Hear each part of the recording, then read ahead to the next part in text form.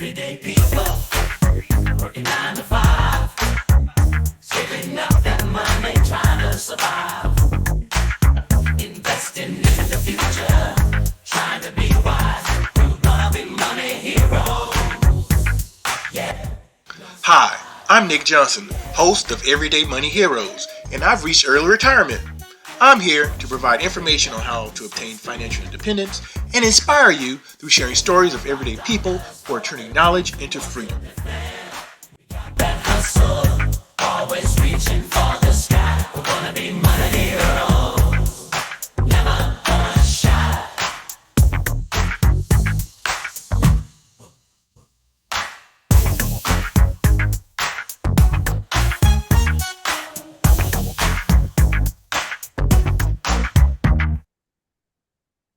Hello and welcome to Everyday Money Heroes. We provide information and inspiration to people of all ages to take control of their financial journey. I'm your host, Nick Johnson, and today we have Adina Johnson. Before we get into our conversation, a little bit about Adina. Adina is a published author, the author of Butterfly Blue, The Pain of Infertility and the Power of Forgiveness. She is co-host of the Black Butterfly, Black Pearls podcast. She's also co-host of Relationship Coaching with Nick and Adina. She is an early retiree, and my favorite thing about her is that she is my wife. So please welcome everyone to Everyday Money Heroes, Adina Johnson. Hello, Adina Johnson. All right, outstanding. Well, this is a little different today. So what we're doing today, for those of you who do not know, we were actually featured on a piece about the FIRE movement. FIRE, for those of you who don't know, is Financial Independence, Retire Early. This particular podcast will actually be shared across a couple different platforms. So if you hear this, like, oh, this is a little different. Yes, it is, because we're going to share the experience that we had in regards to how we ended up being on CBS Sunday Morning. And so first of all, if I didn't mention it already, please, I'm going to share the link down in the comments. Go over, check that video out. It's only about 5 minutes. Then come back and then listen to this, and it'll give you a better context. So how we ended up there, the actual recording process, as far as what happened, as far as, behind, the scenes stuff, and then kind of what has happened after the piece aired. So I wanted to have Adina here with me because Adina has been here with me for many, many years, about 30 years now. So definitely wanted to come over and kind of start there. Is that work, honey? Yep. Okay. All right. So first of all, how did we get on the piece? Because I know a lot of people are like, hey, how we selected how this happened. Well, actually, and feel free at any point to keep me honest here, honey. It actually started a few years back.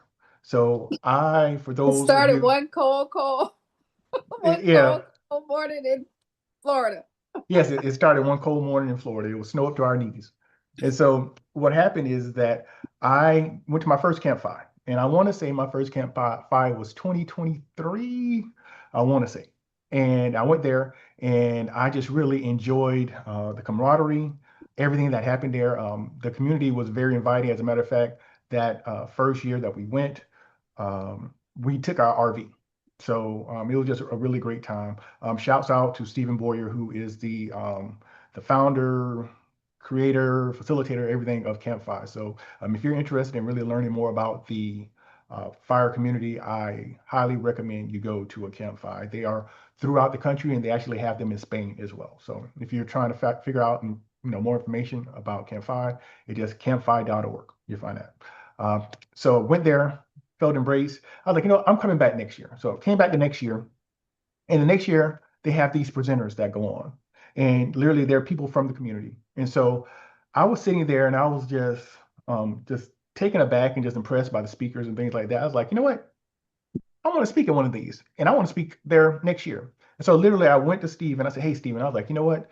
I think I want to speak. He was like, hey, man. He was like, I'm with you. And literally, he was like, hey, I was like, okay, I got a year to get ready. And so literally that is what happened. So I went there, and I started to prepare. And Let me that's what say, happened. I'm sorry. Let me cut you off Yeah, and say, absolutely. Yeah. I just love Steven. Okay, because he is over Camp Fire, but he's like a regular guy. He just walks around, he jokes with everybody, he does karaoke. I mean, it's just like so cool because he is the founder of Camp Fire. But I'm in CampFI, and like you said, we have the campers, so I have the kids. And so I don't get to go to the classes and the different things. I did a little bit of that this year because I'm already retired and the kids were there and you got to speak. So we were in on some sessions. We were in on your session. And then we were in on I was in on another session. They were asking about passion and different things like that. But Mhm. I just want to say, as far as Stephen, he did create CampFI and he is the founder, but it is such a cool community. Mhm. Even for someone who is not a money nerd like you and the other group, I mean, y'all clearly love it, but I always find it welcoming as well. Yeah, absolutely. Matter of fact, the first year I think we were there, I told you I was like, you didn't know that Stephen was the founder, or like he wasn't the facilitator and the organizer and everything. I think it I was just kind of like, knew, I knew because he came to the camper and made sure we were good and we uh, checked out. So he was walking around checking the grounds and making sure everybody was good. So I knew who he was. It just didn't feel like he had this air about him. yeah, He's just a cool guy. We just had a good time. So I we talked about it. yeah, that is true. So we were there. So we were there that year. Stephen gave me the green light, so I started to prepare. And over the year, I started to prepare literally my presentation. So I worked on that presentation for a year. Yeah. And so it finally came to a point, kind of fast forward to 2025, right? And when we have the presentation, we kind of get there, we meet up, and he shares that, hey, you know what? CBS has reached out to him and they're doing a piece. So every year, CBS Sunday Morning does a money episode. And one of the segments that they were going to do was going to be a piece on early retirees. And, they had found out about CampFI and they wanted to come. And so he shared that with us and said, hey, you know what? They may come and do some recording. They might interview some of you as well. And we were like, cool. You just gave us a heads up. And so I believe that was Friday. Saturday came, Sunday came, and that's when the CBS crew showed up on that Sunday, if I recall correctly. No, And y'all did recording on Saturday. they would do some recording the day before as well. Yeah, y'all did recording the day before because I was getting on you as one of the producers of Everyday Money Heroes. I was like, your name is Nick Johnson of Everyday Money Heroes. Yes, ma'am. I was pretty. So, I felt like it was Sunday because I feel like they didn't show on Saturday. Then they came in Sunday. They gave us the interviews up under the shed, and then once they went from the shed, then they came into the chapel where we were doing the presentations. So I I feel like think they were you're only there right. for one I day. thought it was two, but I think you're right. Yeah, I feel like they were only there for one day. I think so. I think you're right. Seeing that they only came to us one day, you're probably right. Yeah. And so what happened is that they interviewed several of us, and then it just so happens that that presentation I had asked about a year before that, they decided to come inside and record some of that. And I definitely wasn't expecting that. So I was already nervous. But then when they came in and they started to record, I was like, okay, portions of this might actually be aired on national TV. I was a little so-so, but I stuck to my guns and I tried to, stay and continue, and do what I had been practicing all that time. So I did that, and it's kind of weird. They came in, and I noticed them in the back. Then they kind of started to like work their way up, work their way up. And the thing I know, literally, I have like a boom mic in my face, and they like have like the camera there. I'm like, oh man. And then Um, they're looking at me, and I'm just like, my makeup was acting stupid. We were at a campsite, and I'm looking like this, straight ahead. yeah. And the interesting part about it is that the topic I decided to present on, and as I said before, the reason why I say this is such a different episode is because this episode is going to air on Everyday Money Heroes. But then, for those of you who do not know, we also have two more platforms that we're on. Adina is on Black Butterfly, Black Pearls, and we have a channel together called Relationship Coaching with Nick and Adina. Adina and I have been relationship coaches for 20 years now, probably. Since 2001, so it's Yeah, 24 years. 24 years. Okay. And so the topic that I decided to speak on was the importance of a supportive mate. And so literally the title of it was From Failure to Five, the importance of a supportive mate. Okay, so literally that's what I was talking about because I felt so, it kind of married between, me being a money nerd, some of the failures that we had experienced in our relationship, but how we were still able to achieve early retirement. So that's really what it was. And so that, for those of you who are interested in that full video, that video will be on the CampFI YouTube channel. So Yeah. Stephen does record all those, put those out. So if you went back and you saw that segment or you've already seen that segment, those snippets in there is from the actual presentation back in March of 2025 when I actually did the presentation. And so that was the topic I spoke on. So once all of that was done, we have a Q&A at all the CampFI. So there was a Q&A portion where Adina came up. I asked Adina to come up. She came up, and we just had a series of questions. And so literally, if you see the thumbnail of, and I still didn't remember them being there at that point, because she didn't come up to after the actual presentation. But the thumbnail on YouTube is actually the Q&A portion where I asked Adina to come up and they ask questions as far as, how much money did you lose? Just all this other stuff. So that is what that piece was. So I And I was, so wasn't interested in coming up. I mean, because the FI thing is your thing. And we've always said as married couple, you have to have your thing, I have to have my thing. So I support you in the FI movement. I knew it was about marriage. And you had shared your presentation with me, but I didn't realize like I yeah, was gonna come up. So I was like, yeah, my picture's up there. I don't have to come up there. You're fine. yeah. And they weren't having it. Some guy was behind me, like shaking my chair. And I'm like, if this guy throws me out of this chair. Yeah, I think I don't. I shared with you the topic, but I never did the presentation for you. Yeah, I you don't. did. I Well, I, I don't know okay, if I maybe. went through. I think I shared the topic because I was like, to me, it was so emotional that I was like, I can only get myself up for this one time. So I did Well, not want to but get you one of the left it group. on the computer a couple times and you told me like the Oh, different pictures oh, that you needed. okay. So you looked at the presentation, but I never gave the presentation to you. As far as like, I didn't like do a run. I didn't run through it with you. No, you didn't do an actual run through, but you asked me for certain pictures and I would see it like when I would go in the loft on the computer, it would be up. So I was like, you weren't hiding it from me. Oh no, I wasn't hiding, but I was not at all interested in giving it to you. Actually, I had another friend who said, "Hey, do you want to do kind of like a run through with me?" I was like, "No," I was like, "I don't."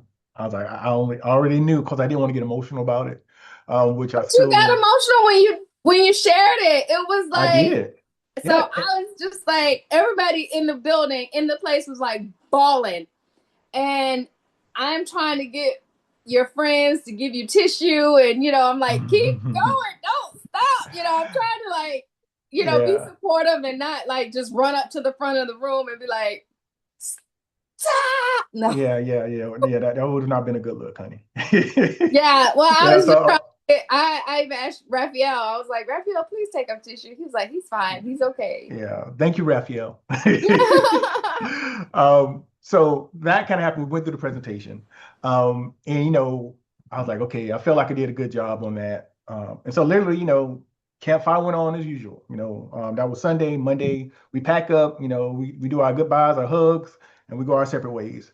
And I don't know, maybe a week-ish, 2 weeks later, I don't know the time frame on It it. was like, yeah, it was pretty quickly. Yeah, because yeah, it had to be quick because we were supposed to originally air, so it had to be pretty quick.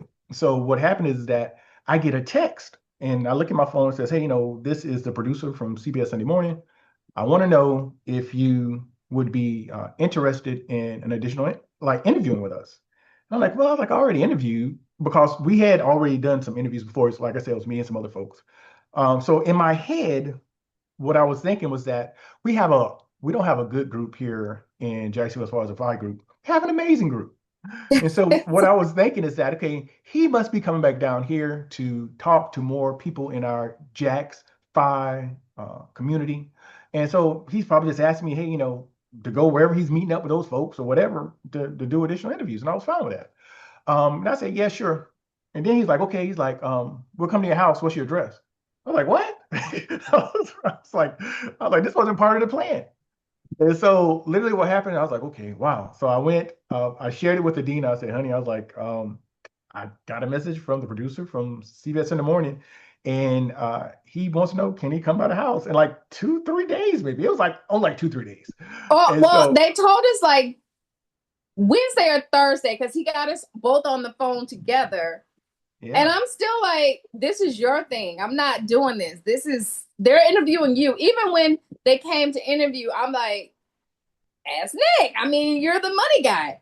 Yeah, that's true. So it's still they came through and they wanted both of us to do it. And so, there is a certain level of tidiness that is desired by my wife, not only when we have company, but let's talk about having your house on national TV. So, needless to say, those next few days were a blur. I know I got up cleaning and cutting. Right before I went to sleep, I was cleaning and cutting. Like literally anything I had been pushing off, I had to do it. And I'm not saying I did it all. Adina, she was right there with me as well. So we went ahead and we got everything together. And then like that morning, they came. I don't remember exactly which day it was, but they came.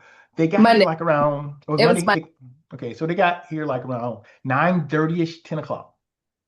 And so what happened first is like the sound and the camera guys came up first. And they kind of like walked around the house. They're like trying to look for a good space. Like, all right, where do you want to film it? Where's the lighting and all those stuff? And they decided to go to like the enclosure in the back of our house. And then once they did that, they had to set up the lighting, set up the computers, the sound equipment, like everything. And so that itself, I feel like took 2 hours probably. Took a Yeah, while. yeah. And it's like our enclosure is how many square feet? It's a good size. It's about 700 square feet. Yeah, you don't like doing the numbers. You like numbers for everything else except for that. But yeah, so it's a large area. So I mean, it's literally the size of like an efficiency apartment or something. And so they Mhm. had equipment everywhere, all back there. It was like they literally built a studio in our Yeah, house. yeah. And so they were like, do we want to do it? That was our first choice, was doing it on the enclosure. So they were like, do we want to do it there? Do we want to go upstairs? And I'm like, listen. Mm, yeah. And so happily they were able to find a spot that worked, for them that we were happy with. So they started to set us up. I actually, Adina was perfectly fine, but as you can see right now, I tend to sweat and shine a little bit. So they actually gave me a little makeup and stuff like that to try to, I yeah. forgot they gave you makeup. Yeah, they did. They gave me makeup. And It so makes and it and hilarious. and hats off to the sound guy, the camera guy, and to the producer. I can say his name because on the piece his name's there, Anthony, who's the producer there. Yeah. And they did a really, really great job. They came and about I want to say they came like 9:30, 10 o'clock, at like 1 o'clock, either 12 or 1, I can't remember which one. We did like a hybrid interview. So literally, we were there in our closure. It was almost like a Zoom. And Luke Burbank interviewed us. And so we went through many questions. I mean, Did. we went through a lot of questions as far as, what is fire? What is this? How much do you make? So a lot of stuff went on. So I know a lot of people, and we'll talk about it later on. A lot of people's like, why they didn't mention this? Why they didn't mention that? I mean, they had to get a lot of stuff in that piece. So not only did they come to our house for a whole day, which we'll continue talking about that, but also in that piece was Vicki Robbins and Mr. Money Mustache. And so they went to Denver to record with Pete. They went to Portland to record with Vicky. And so you got to think about it was a whole day for them, a whole day for us. So that was 3 whole days. And they had to figure No, out, there was a whole day for 5. Well, you yeah, said 3 days. I'm sorry. There was a whole no, day no, for no. I misspoke because I didn't yeah, count the additional days. So it was 4 days. yeah, it was 4 days. It was a whole day for Yeah. 5. It was and they're flying everywhere, which is why it looks so good and so professional because they are an amazing professional team. So it was a whole day in Gainesville for 5. They had to go to Vicki Robbins. They had to go to Mr. Money Mustache, and they had to come to Jacksonville for us. So you're Mhm. talking 4 full days of 5 minutes of footage. Yeah, so everything could not be, kind of squeezed into that piece. And so what happened is they asked us all these questions. And, at that point, just being completely transparent, I was anxious. So I did not sleep the night before. I mean, on top of like all of the kind of, cleaning, cutting, all this other stuff I was doing. getting the house ready. Um, I For didn't a sleep the night camera before crew. for a It's camera different crew. if you're having friends that you love, but you have a camera crew coming. And it's Yeah. so crazy because some people are like, hey, you got great cabinets. I'm like, what are you looking at? You don't know what people are looking at. Yeah. So we went ahead and did all that. Then what happened is I made a reference, and I'll talk about this a little bit later on, about playing golf, right? And so what happened is they're like, hey, there's like, is there a golf course somewhere close to here? I'm like, yeah. So like, hey, let's go get some footage of you playing golf. So let me step back. So we did everything inside the house. Then we went outside, and then they wanted to get some footage of the car. Because one thing that I mentioned when we were in Gainesville at CampFI about how within the community, a badge of honor is like having a high mileage vehicle because it's like, okay, you are taking money that could have been spent on a newer vehicle or a new vehicle and either investing it or paying down debt. I was like, so, when we're in like the Facebook groups, people are like taking pictures of odometers like 200,000, 250. I know when Big Red hit 300, I took a picture of it. I put it there. I got high fives, hearts, all kind of stuff. So Yeah, what they wanted to, yeah. because y'all have an So amazing community. That's why it's really a great community. yeah, it is. So literally what happened is that we went out there. So they watched, they recorded me walking up to it. They like recorded the odometer. They recorded me driving it. So all kinds of stuff. So all that stuff didn't make it. So I did all that, and then they're like, hey, let's go to the golf course. And so literally I'm like, okay, so I go to this golf course with a professional camera crew. And I know people like, who is this guy? Is he on the PGA tour or something? But it just so happens that when I went there, the golf course wasn't open yet, It's closed. and So it was you're at a closed. closed golf course. Yeah, so literally the way it's set up is that I was able to just drive in there with the camera crew, and I just like did just hit a few balls, and that great camera crew made me look way better than I really am. So I'm not a good golf player, but it made me look really good. So we did that, and so literally we had a few shots there. And then actually, one of the guys, I think he was a sound guy. He's like trying to give me some pointers on my swing and stuff. It was all good. So literally by the time we went back home from all that, it was probably like around 4 o'clock because you had went and picked up the kids already. Yeah, I had to go And- pick up the kids. So they were like, what are you doing the rest of your day? My day is over. You have been here yeah, all day. There's yeah, nothing fun for me to do. I know I'm retired, but dude, you took my yeah, whole day. yeah. So not only did they take footage of you playing golf, they took footage of my book. They Mhm. took footage of me bringing out the food because I fed them. They were at our home, and so Mhm. I'm a good, Yeah.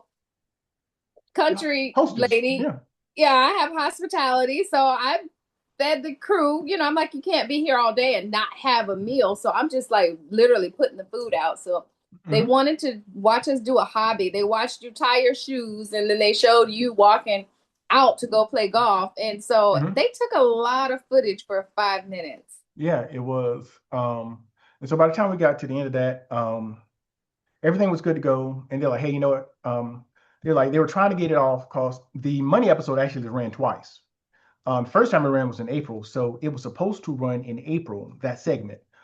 Then the Saturday before it was supposed to run, the producer reached out saying, "Hey, you know what? Unfortunately, like it had to get bumped because April was a time where all the tariff stuff was going on, and the market pulled back so much, and so they decided to instead of running that piece, they decided to run a piece about I think they did tariffs and some other stuff like that. So it did not make it. So what happened is that we went on and at that particular point we thought more or less, hey, this is a great opportunity, but maybe, next year they might air it. We don't know. And so what happened was that, I don't know, like a week and a half ago, the producer reached back out. He's like, hey, because I'm going to a conference. You reached out to him. Yeah, no, I'm going to say I'm going to a conference in Portland. And I reached out to him like, hey, I was like, just curious, is there any insight on when the piece is going to run? And also, I'm going to be in your neck of the woods. I'd like to get with you, maybe have coffee or something like that. And so he responded back and he said, hey, you know what? I just got the word, we got a green light on the piece. It's going to air um, August 3rd. August 3rd. Yeah. So it's the day after your birthday, matter of fact. Happy belated birthday. Even though I did say happy birthday to you, like on your birthday. But So it aired on the 3rd of August. And so we were a little gun shy because we had already been excited before. And keeping in mind, we had never saw the final piece. So we don't know how it is. We don't know how much they're using. So when the rest of the world saw it, we saw it. And so a lot of the stuff that we thought might have made it didn't make it. So we didn't know. So we went through, we saw the piece. And no, as a matter of fact, Adina's granddad, I guess you didn't mention it to him, and he called you that Sunday morning, and he's like, "Hey, I see you on I just saw you on the TV." TV. Yeah, my granddad was like, I just saw you on national TV. It was my 95-year-old granddad. Oh And I'm yeah, like, yeah, granddad. And they were calling us because we hadn't even got to that portion because we even backed it up to watch us at the beginning, like the little yeah, small piece at the beginning. So we were like, there we go. So we weren't even there yet. yeah. The vignette that they did at the front end, we were like kind of still looking at that. So what happened is, so it aired, everything went on, right? So, had some people reach out to both of us saying, "Hey, you know what? One thing I can say, kind of as a result of that, so I guess we can talk about the result of it. One of the things is that the fire community was very supportive to both of us, because, it's like you have Mr. Money Mustache, Vicky Robbins, Nick and Adina. So it's like, so it's like, it's these people who are like really considered to be thought leaders in the space, and we're included in the same piece. So it was extremely humbling and flattering for us to be included. Also, everybody in community was very complimentary of the way they felt as though Anthony pulled the piece together. So they were very happy with that because oftentimes, they're made out to be honest with you, if you know a lot about fire or just heard of it, a lot of times we're kind of framed as like these frugal weirdos, which we're not. We're just very intentional. And this is what I told during the interview. I say that there's three things we do. We believe in delayed gratification, intentional spending, Spending. Mhm. and living below our means. And that's the three things. And that's what we talk about. Hey, we spend money about what we care about. And then if we don't care about it, we don't spend money on it or don't spend a lot on it. And Yeah. so he really framed that up really good. They Um, did frame that up really good, but I did understand that Luke Burbank, the host, mhm. he was like, "So what do you do if your friends want to go out to lunch?" I'm like, "Heck, I meet them there." I Yeah. think they didn't understand. I think they were thinking more of extreme cheapskate or something like that. And Mhm. so they come to us and they see our house. They see how we're living, and they're like, "These people aren't extreme cheapskating. They're not like saving toilet water and all this other crazy stuff you see on TV." And I'm like, no, that's not what this is. So he's like, what do you do if your friends want to go out to lunch? I'm like, I'm usually the one, because we've had such delayed gratification. I can spend money on lunch now. It's not that I can't, but I am looking for the best deal. I am looking, my friends love to go out with me because they want to know, okay, who has the discount? What's the best deal? They want to know all the things that Mhm. we provide as far as the research of it all. Yeah, that's true. So, one of the things that happened as a result of the video, I'll say also, is that everyone has an opinion about stuff, right? So let's talk about the opinions. First of all, probably the biggest thing is that, okay, so one of the things that Adina and I really believe in since we met is humor in our relationship. So we're always cracking jokes at each other and at ourselves. We Yeah. always do that. And so literally in the piece where Luke asked, "Hey, what are you getting ready to do?" So literally Adina was getting ready to go get the kids because at the end of the interview, I went with the film crew to The go play golf. play golf. Literally. So the shots that they showed, I did. So when she said, "I gotta go pick up my son, drop him off football practice, and go grocery shopping," she did because I had to literally go and go to the golf course and do that. And so in the Yeah, I comments, brought the kids to the golf course to see you with the yeah, at camera the tail crew end. because they were at Yeah. school all day. And so they were excited just like we are. Hmm. And they were just like, what is it? So I brought them home just so Hmm. they could see all the equipment in our enclosure because it was a lot of like professional camera equipment.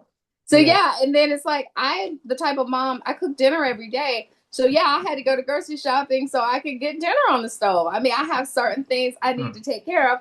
And we do have a division of labor. There's certain things, I mean, we go drop our kids off to school together, Hmm. but now that we're retired, you're usually doing whatever you need to do Hmm. because I'm so accustomed to picking them up because we drop them off together. So there's always a division of labor. Yeah, in that's true. relationships. Yeah. So for those individuals who are saying, hey, you know what, he needs to get it together, he needs to man up. I'm like, really? I was like, you don't know me. I was like, really? I was like, you think I'm a bad husband based on portions that I was in on a 5 minute piece. And so the And thing it's is so that, funny because it's like, did it look like I was upset? I'm like I mean, we cracking we up. always cracking jokes. And so literally, first of all, Adina doesn't want me going shopping with her. Cause I'm like, okay, I'm like, let's do this, and we're out of here. She don't want that. And so my thing is that, okay, I did that. It was kind of tongue in cheek, but people got all bent out of shape about, hey, how's she doing all that stuff? And then Luke was like, hey, one of you are more More retired than retired other. than the other. He was just ribbing me. I mean, that's just what was happening. But at the end of the day, I think that was probably like the biggest kind of takeaway that, people will get mad and not know the whole situation. But one thing I'm thankful for is that, we did have the opportunity to continue to kind of spread the good news of Phi, that we were selected to do so. And I'm just really thankful for the opportunity. And once again, it kind of goes back to um, the opportunity that I had to speak at CampFI. So I'm still, I appreciate Stephen for the opportunity. I'm a big advocate for CampFI. So if anybody who wants to learn more about CampFI, please go there. And what we want to do here is just give a little bit behind the scenes, as far as what happened. Because I know a lot of people are like, hey, how'd you get selected? What happened? What kind of happened after that? So that's really what we want to do here as far as like tying everything together.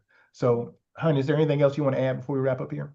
Well, really quick, I did want to read my retirement letter. I know you read it during Yeah. your, so I just wanted to share that really quick because that was one Okay. thing that bugged me when the group came, Mm-hmm. and I was like, oh, I didn't tell them because I share like random people, and I had a whole camera crew here and didn't even share, but you shared it during your presentation. Mm-hmm. So, this is what I say. Okay, so every April, which is Faculty Appreciation Week, they send me a letter, and they say in recognition of, they say, dear Dina, in recognition of Faculty Appreciation Week, we thank you for your individual contributions to the university. Maybe I maybe I shouldn't. I can't read today. For your individual contributions to the university. Your efforts have not gone unnoticed, and you're truly appreciated.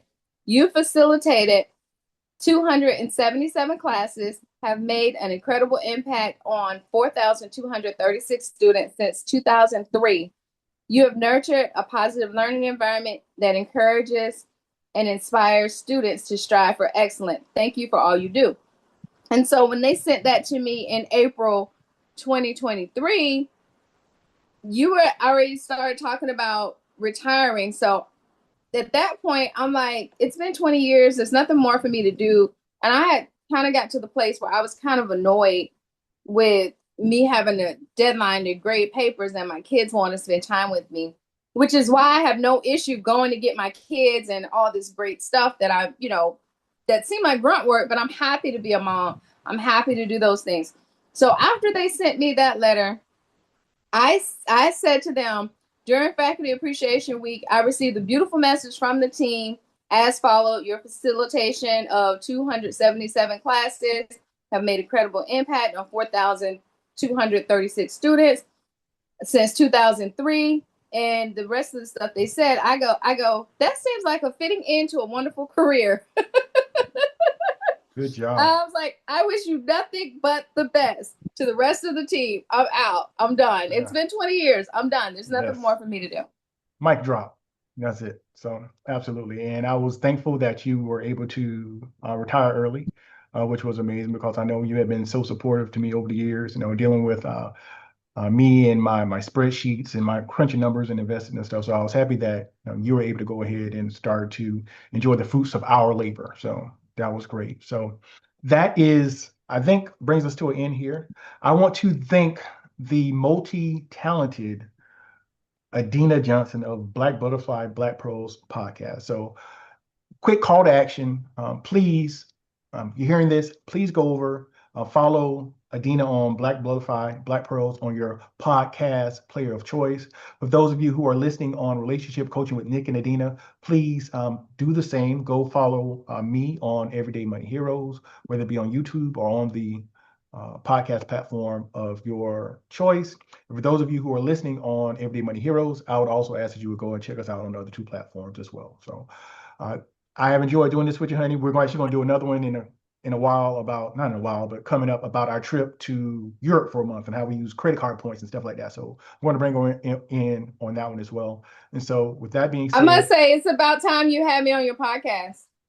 You have been my favorite, guest, hands down. Well, I say that, but I've never had you on my podcast. So see, there you go. See, that's called the kids. I've had the kids that haven't even had you on my podcast, but I'm a producer on your podcast, so I should be on there.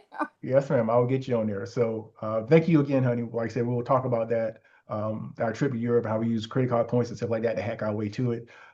As usual, I am your host, Nick Johnson, and I'm going to remind you to trust the process. Have a great day.